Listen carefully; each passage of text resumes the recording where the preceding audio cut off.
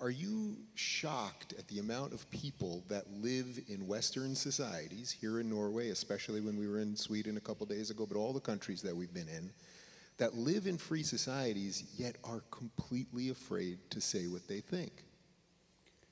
Is it absolutely shocking to you?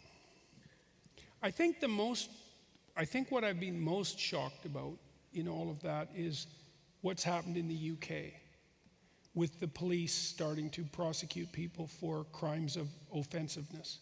That's just, and I think that's probably partly because I see that as broadly reflective of something that's happening in the West in general, but it's particularly shocking and appalling to me as a Western Canadian, because obviously Canada was part of the British Empire, and when I grew up, there was a pretty tight affinity still in Western Canada with the British Empire. I mean, our maps were the Dominion of Canada. It was still pink. It was still part of the British Empire. We sang God Save the Queen constantly at public gatherings. That's gone by the wayside.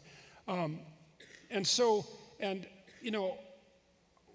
always regarded British common law and the British parliamentary tradition as, well, one of perhaps the highest achievement of Western civilization. I mean, you could argue about that, but it's in the top 10, let's say. And then to see the Brits, who also have this phenomenal sense of humor, this ability to say anything, no matter how outrageous, about anyone, and to include themselves in the joke, right? Which is such an elegant way of expressing comedic freedom. To see them going down this road is it's what is it exactly? Well, it's deeply saddening, that's for sure. And what's horrifying, and that's not exactly the right word. I don't know what the word for it is. There's certainly sorrow that's associated with it. Disbelief, it's also that. At watching that happen in what I still think is like the central core of the idea of individual sovereignty and freedom as expressed across the Western world. And then there's similar manifestations of that everywhere else, but the police prosecuting people for, asking people to turn in their neighbors if they say something offensive, and that's happening in the UK.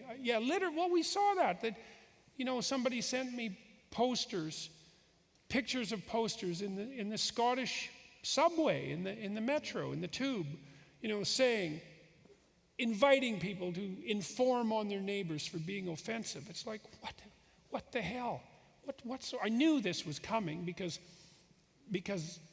I knew we brought our first hate speech laws in Canada back in the 1980s. We were after this character named Ernst Zundel, who is a particularly despicable piece of work, hard hat wearing, right-wing, anti-Semite, Holocaust denier. He had it all, that guy.